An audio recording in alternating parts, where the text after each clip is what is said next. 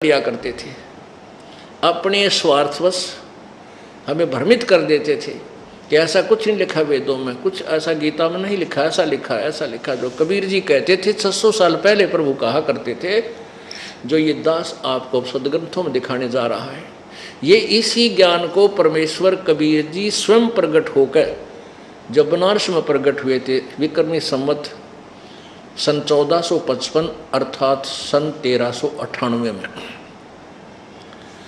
तो उस समय वो प्रकट होकर के यही ज्ञान बताया करते थे जो ये दास बता रहा है। लेकिन उन नकली गुरुओं ने, संतों ने, ब्राह्मणों ने, नकली ब्राह्मणों ने, ब्राह्मण तो हम हैं, ब्राह्मण सोए जो भगवान पहचाने, पंडित सोए जो पिंड की जाने, पंडित विद्वान वही है जो शरीर के अंदर सारी व्यवस्था को समझ ले, इसका क्या महत्व है, किस लिए हमें मिला है, और इसमें कौन सा भगवान यानी कौन सा कमल कहाँ पर है, उसका क्या जाप है, वो कैसे खुलेगा, कहाँ से कैसे हम निकलेंगे, किस रास्ते से हमने सतलोक जाना, वो पंडित है। तो उसमें परमेश्वर यही बताया करते थे, लेकिन ये नकली गुरु कह देते थे कबीर अशिक्षित है, ये क्या जाने, संस्कृत जानता नहीं है, तो क्या जाने वेद और गीता के विषय में, ये झूठ बोलता है, झूठ बोलता है, क्या जाने पुराणों के विषय में। तो उस समय हम अशिक्षित थे, यानी हमारे पूर्वज अशिक्षित थे, मानव समाज अशिक्षित था, इसलिए उन नकलियों का दाव लगा रहा कि सचमुच हमारे गुरुजी संस्कृत जानते हैं, सब सदग्रंथ संस्कृत में लिपिबद्ध हैं, तो हमारे गुरुदेव जो कह रहे हैं नकली, ये सही है। और परमात्मा के उस यथार्थ ज्ञान को रिजेक्ट कर दिया, कूड़े में डाल रखा था। अब दास को परख हुई, दास को परमेश्वर ने जौहरी बना दिया, तत्वदर्शी संत बना दिया कबीर भगवान ने। अब इस दास ने उस लाल को पहचाना और डंडोरा पीटा कि तुमने जो साधनाएं आप कर रहे हो, जो ज्ञान तुम्हें ग्रहण है, ये बिल्कुल व्यर्थ है, शास्त्र के विरुद्ध है। और ऐसी उमंग भरी कि जन जन को बता दूं, पागल सा हो गया।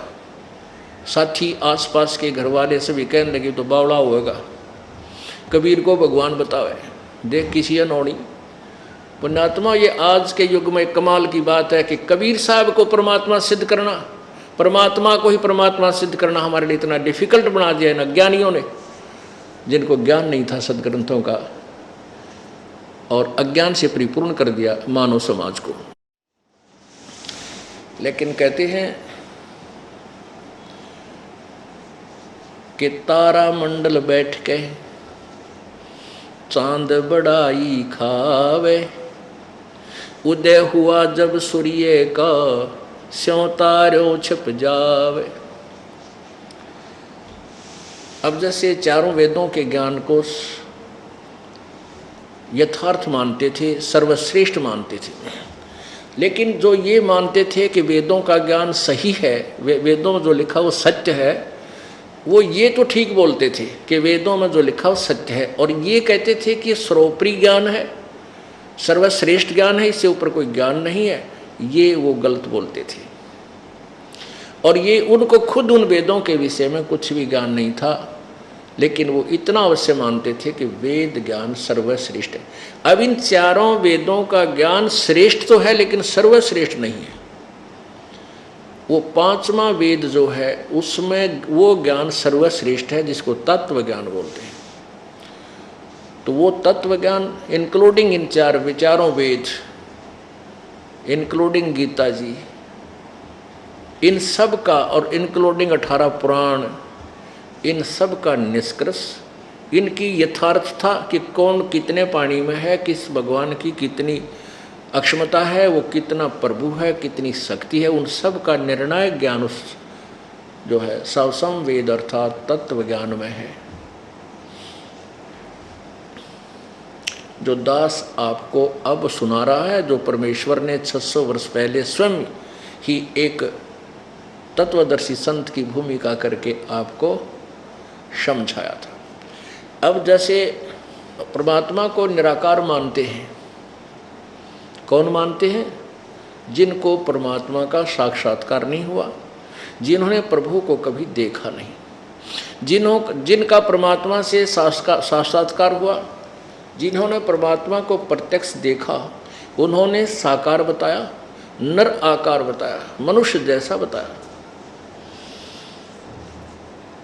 और यही प्रमाण हमारे सदग्रंथ देते हैं, पवित्र बाइबल, पवित्र कुरान शरीफ, पवित्र चारों वेद और पवित्र सबसम वेद, यानी कबीर परमेश्वर द्वारा दिया गया यथार्थ ज्ञान। गीता जी अध्याय नंबर 4 के श्लोक 25 से लेकर 30 तक ये बताया गया है कि कोई तो साधना ऐसी करता है, कोई ऐसे करता है, कोई ऊपर न पैर करके नीचे न सिर करके, कोई योग अभ्यास से, कोई केवल जीव हिंसा ना करके, कोई देवता पूज के, कोई व्रत रख के, कोई कठिन तप करके इन साधनाओं को करते हैं और अपनी साधनाओं को ये पाप नाशक जानकर करते हैं कि ये हमारे पाप नाश करेंगी।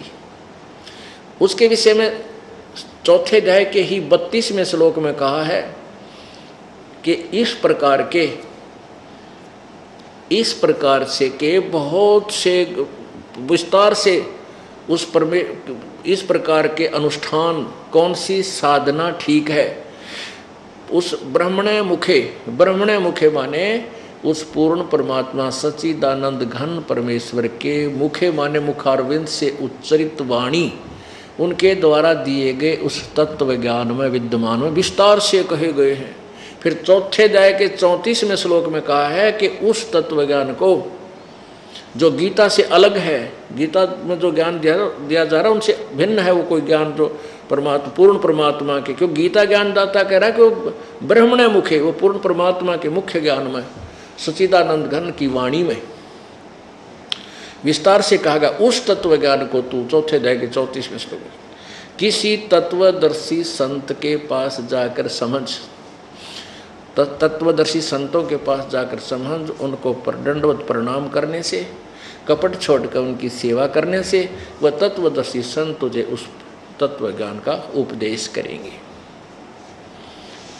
तो पुण्यात्माओं, वो जो सबसम वेद है उसमें वो यथार्थ ज्ञान भरा हुआ है और उसी का समर्थन जो परमेश्वर ने अपने सिंपल लैंग्वेज में उस क्या रहा, इस तत्व ज्ञान को रिजेक्ट करने का मुख्य कारण क्या रहा कि परमेश्वर ने वो ज्ञान एक सिंपल लैंग्वेज में लिखवाया। कबीर वाणी लोकोक्तियों के माध्यम से, श्लोकों के माध्यम से, कविताओं के माध्यम से परमात्मा ने उच्चारण किया। अब पुण्यात्मा,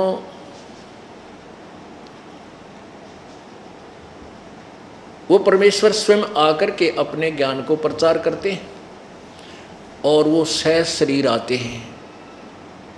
परमात्मा सह शरीर है और गीता जी अध्याय नंबर 15 के श्लोक नंबर 17 में कहा है कि उत्तम पुरुष है तो अन्य परमात्मा इति उदाहरते, वो जो पुरुषोत्तम है यानी सबसे उत्तम पुरुष भगवान है वो तो कोई और है, उनसे और है जो ऊपर 16वें श्लोक में कहा, उनसे भी सरपुरुष और अक्षर पुरुष से कोई अन्य है और वही तीनों लोकों में प्रवेश करके है, सबका धारण पोषण करता है। अवय ईश्वर है, वो अविनाशी प्रभु है। अब यही प्रमाण पवित्र यजुर्वेद अध्याय नंबर 5 के श्लोक नंबर 1 में 2 बार प्रमाण दिया है कि परमात्मा सहशरीर है। अग्नि तनुरसी परमेश्वर, हे परमेश्वर आप सहशरीर हैं। और विष्णुवे तवा सोमस्य तनुरसी, तवा माने उस, सोमस्य माने अमर पुरुष का, विष्णुवे माने सब क्या धारण पोषण करने के लिए, तनु माने शरीर, असी माने है शरीर है। और वो परमात्मा कुछ समय के लिए अतिथि रूप में आता है, अतिथि रूप में। ओह, जैसे परमात्मा आए, अतिथि उसे कहते हैं जिसके आने का समय पूर्व निर्धारित ना हो, वह तिथि निश्चित ना हो, कभी आज का टपक कभी अटपके, उसको अतिथि कहते हैं। अब देखिएगा, ये देखिएगा पवित्र यजुर्वेद ये प्रमाणित करता है कि परमात्मा पूर्ण ब्रह्म सह शरीर है और वो सबके धारण पोषण करने के लिए जब तीनों लोकों में प्रवेश करके यानी यहाँ प्रकट होता है तो भी उसका एक शरीर होता है और वो अतिथि रूप में आता है। और वो अतिथि रूप में आया हुआ परमात्मा ही सबके लिए पूज्य होता है वही पूजा के योग्य है, यानी वो गुरु रूप में जो होता है वो परमात्मा ही होता है, और वही अतिथि रूप में आया हुआ परमात्मा ही वास्तव में पूज्य है। ये देखिएगा पवित्र यजुर्वेद, ये महर्षि दानव सरस्वती,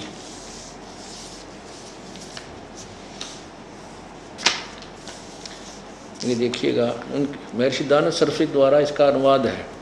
प्रकाशक है सार्वदेशी कार्य प्रतिनिधि सभा 2/5 महर्षि दानव भवन, रामलीला मैदान, नई दिल्ली। यजुर्वेद आर्य भाषा भाष्य संपूर्ण 40 अध्याय महर्षि दानव सरस्वती कृत, महर्षि दानव के द्वारा इसका अनुवाद किया। यहाँ देखिए 5वां अध्याय आरंभ। इसमें प्रथम मंत्र में लिखा है अग्ने तनुरसी विष्णवे तवा सोमस्य तनुरसी। कितना स्पष्ट है।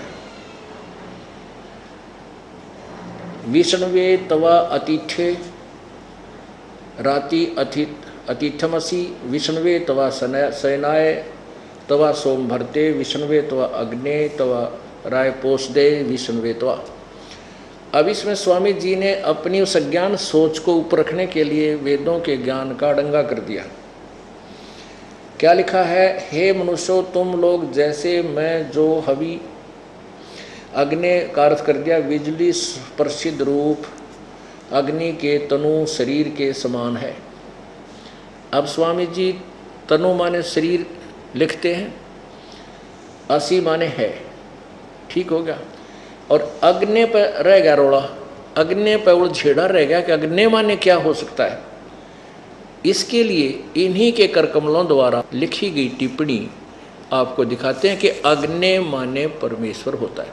पुण्यात्मा जो एक ऐसा देखो, एक बच्चा 12 महीने पढ़ता है और वही सिलेबस बार बार रिपीटेशन करता है, तब जाकर के वो पास मार्क मुश्किल से ले पाता है। तो दास यही चाहता है कि आपको इसका बार बार आवर्ती कराऊं, रिपीटेशन कराऊं, ताकि आप इस तत्व ज्ञान से ऐसे परिचित हो जाएं कि वो आपको कोई डगमग ना कर सके। और जब तक आप इस तत्व ज्ञान पर आरूढ़ नहीं होगे, आपकी भिन्न भिन्न प्रकार के भ्रमित करने वाले वचनों से बुद्धि हटकर इस एक तत्व ज्ञान पर नहीं लगोगे, तब तक तो तुम भगत भी ना बनते। योगी तब बनोगे, भक्त तब बनोगे। गीता जी अध्याय नंबर 2 के श्लोक नंबर 53 में कहा कि अर्जुन, जब नाना प्रकार के भ्रमित करने वाले वचनों से तेरी बुद्धि हट करके एक परमात्मा पूर्ण ब्रह्म के ऊपर टिक जाएगी, तू दृढ़ हो जाएगा, तब तू योगी होगा। योगी माने साधक, भक्त, यानी भाषा का अंतर है। योगी कहीं पास सामने सोचा कि जो समाधि लाकर बैठ कर आकड़ का बस यूँ ऐसे योगी नहीं। योगी माने भगत, योग अभ्यास साधना के लिए, भगवान की भक्ति के लिए कर रहा प्रयत्न, योग अभ्यास। और एक योग आसन होते हैं, वो आसन अलग चीज़ है। योग यहाँ जो अध्यात्म ज्ञान के अंदर जो आता है, ये योग माने भक्ति होती है। योगी माने भक्त होता है, साधक होता है।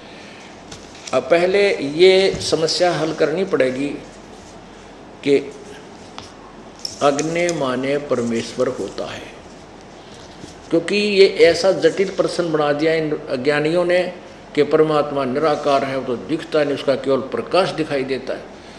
अरे भले आदमियों, परमात्मा का प्रकाश देखा जा सकता है, भगवान दिखा नहीं। जैसे कोई कहे सूर्य का प्रकाश देखा जा सकता है, तो सूर्य बिना प्रकाश किसका?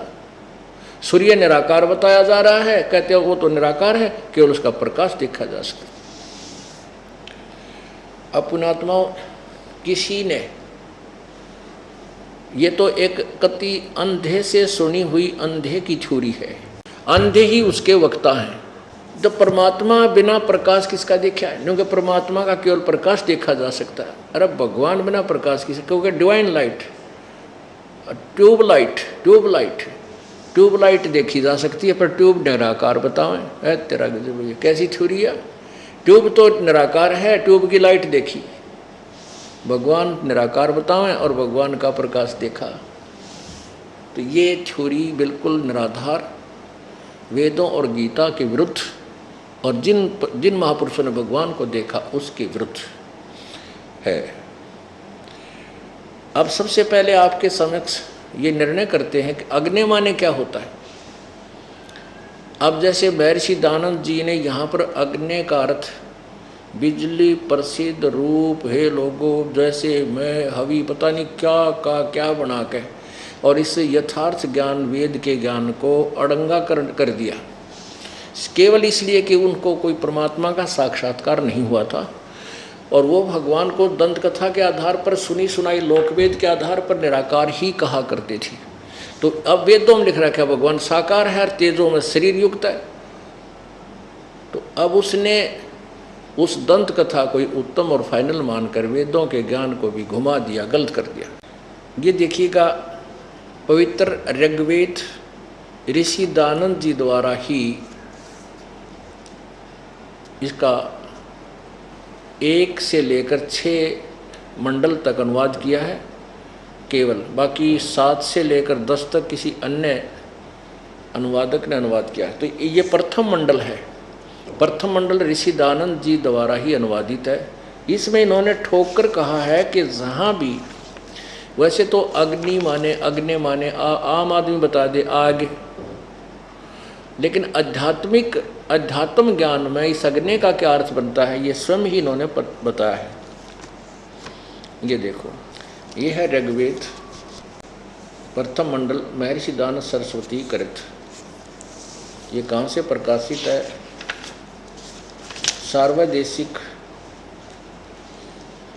आर्य प्रतिनिधि सभा 3/5 महर्षि दानंद भवन, रामलीला मैदान, नई दिल्ली।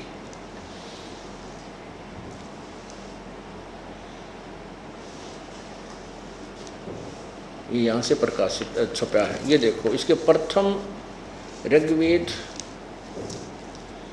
अथ ऋग्वेद भाषा भाष्यम, प्रथम मंडल प्रथम सूक्त। इसमें लिखा है अग्निम इले। अग्निम, यहाँ अग्नि शब्द से ही प्रारंभ है ये इले, और इसने स्वामी जी ने इसका अर्थ नहीं किया, यहाँ लिखना भूल गए या प्रिंट में गड़बड़ है। यहाँ पर ये आना चाहिए था अग्निम अनुवाद करते समय, देवम देने व तथा पदार्थों के प्रकाश करने वाले परमेश्वर। अग्नि माने परमेश्वर, यहाँ शब्द आना चाहिए थे, लेकिन प्रिंट ही भूल रहे हैं। ये 150 वर्ष से ने ठप्पे लांदे आ रहे, न देखा भी कोई, ना इसमें क्या। फिर या करके इन्होंने फिर अग्नि भी शब्द का अर्थ किया है। अब यहाँ क्या लिखा है कि यहाँ अग्नि शब्द के 2 अर्थ करने प्रमाण है। तो विशेषकर अग्नि माने आग, तो सब नैवेरा है। अब यहाँ स्पष्ट किया इन्होंने कि इत्यादि शतपथ ब्राह्मणों के प्रमाणों से अग्नि शब्द ब्रह्म और आत्मा, इन 2 अर्थों का वाची है। इस प्रमाण में अग्नि शब्द से प्रजा शब्द करके भौतिक, और प्रजापति शब्द से ईश्वर का ग्रहण होता है। इस प्रकार इस प्रमाण के सत्याचरण के नियमों को जो यथावत पालन करता है सो ही व्रत कहता, और इस व्रत का पति परमेश्वर है। इसलिए इस ऋग्वेद के प्रमाण से ज्ञान देने वाले तथा सर्वज्ञ प्रकाश करने वाले विशेषण से अग्नि शब्द करके ईश्वर का ग्रहण होता है। यानी स्पष्ट किया इन्होंने कि अग्नि माने, जहाँ भी अध्यात्म ज्ञान है प्रकरणवश जो है, अग्नि माने परमेश्वर होता है। अग्नि माने आग, तो सब नैवेरा है, तो अंडरस्टूड है। ये समय तो विश्लेषण की जरूरत है कोई ना। इन्होंने स्पष्ट कहा कि अग्नि माने परमात्मा होता है, ईश्वर होता है। आगे देखो, इन्होंने खुद भी इस ऋग्वेद मंडल नंबर 1 सूक्त नंबर 1 का अनुवाद करते हुए स्वयं भी 8 मंत्रों में थे, 9 मंत्रों में से जहाँ 7 में अग्नि शब्द है, ईश्वर लिखा। यहाँ देखो, अब ये मंडल नंबर 1 सूक्त नंबर 1 मंत्र नंबर 2, 1 आपने पढ़ लिया, 2 अग्नि माने वह ईश्वर। आगे देखो 2 में, अब 3 में देखो, इन्हीं का मंडल नंबर 1 सूक्त नंबर 1 अग्नि, मंत्र नंबर 3 अग्निम व अग्निना एव अच्छी प्रकार ईश्वर की उपासना, यानी अग्नि माने ईश्वर। अच्छा 4 में देखो, अग्नि माने हे परमेश्वर। आगे देखो, अब 5 में है नहीं, 6 में है। 6 में अग्नि माने परमेश्वर। फिर 7 में देखो, 7 में अग्नि माने हे सब के उपासना करने योग्य परमेश्वर, अग्नि माने परमेश्वर। और 9 में अग्नि माने ज्ञान स्वरूप परमेश्वर। और तेरा के देखो ये, और देखो सूक्त नंबर 96 के, सूक्त नंबर 96 के मंत्र नंबर में 9 मंत्र हैं। 8 में अग्नि माने परमेश्वर शब्द लिखा है।